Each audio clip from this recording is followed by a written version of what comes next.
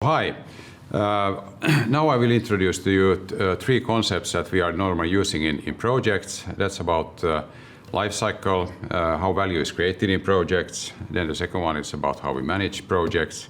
And the third one is really about stakeholders, how different people impact on the value creation and the actual success of a project. But let's first go back to what is a project and which are the characteristics.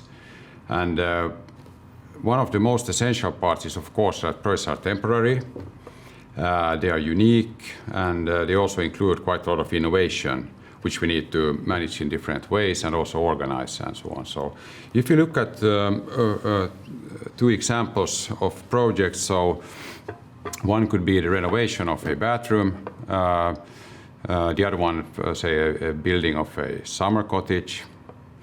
In both of these, we start with first, planning what it should look like, how much money can we spend, what will be the time schedule, and so forth. And after that, of course, we move over to execution, where we then start to consider that how should we do it by ourselves, or will we involve some other people, and then also, in what time frame and how will we actually finance this whole thing. So in the next slide, let's look in a little bit more on how this life cycle could look like. All right, and then if you look a little bit more into the execution phase, then you can see that there are different phases. Then, first where we do the design and planning and so on, and then gradually move into the construction and so on. So this is really quite important to understand and go into the different details, how value is created, and this is also the way how we then break down the projects into smaller parts, how we define the scope and so on. So this is really the concept of the project life cycle.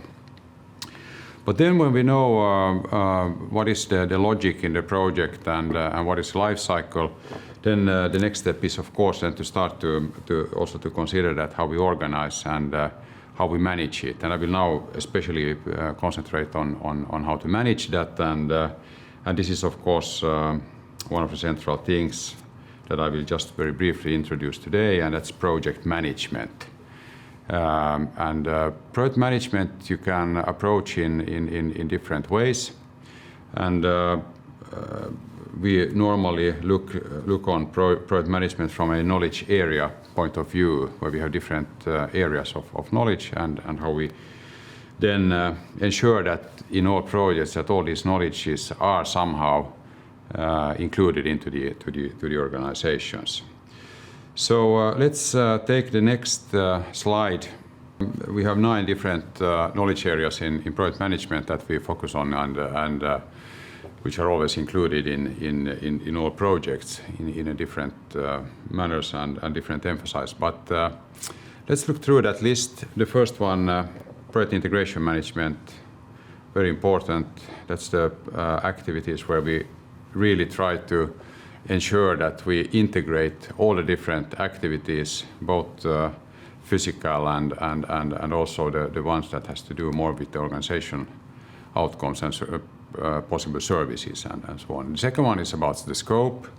As we know, projects are always targeting to a certain outcome, and this is really about the scope management, where we ensure that everything is included and taken into account. And then some of the basics in project management, it's about schedule management, how we do time schedules, how we look at the dependencies between different activities, and also how we control different type of deviations, delays, or new possibilities to speed up the project. Cost management, very important.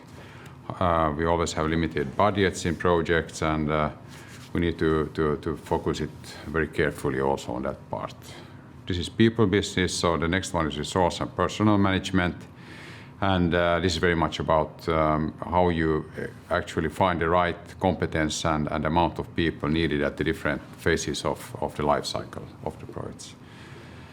Communication management, it's very more and more emphasis given to that. Meeting practices, how people are informed, how they keep up to date, what is expected from them, and also about the progress in the project. Projects are uncertain, so we need, there's a lot of risks, so we need a very firm way of both trying to foresee and then also to manage different type of risks. Procurement management, how we procure different things needed, the supply chain, and then finally the quality management. So this is a brief list of the knowledge areas that we traditionally need, and we then bring in the right competence, and we bring in the right tools and processes to manage all of these different areas. So let's then move into the final part, the third area. That's really about the people involved, the stakeholder management. If we look at the next slide. So really stakeholders and how the different stakeholders may impact on the project is one of the things that we have given more and more focus on now lately. And of course in the core team of the stakeholders you have of course a project manager and then the project organization, including the project team, which are of course the main group of people.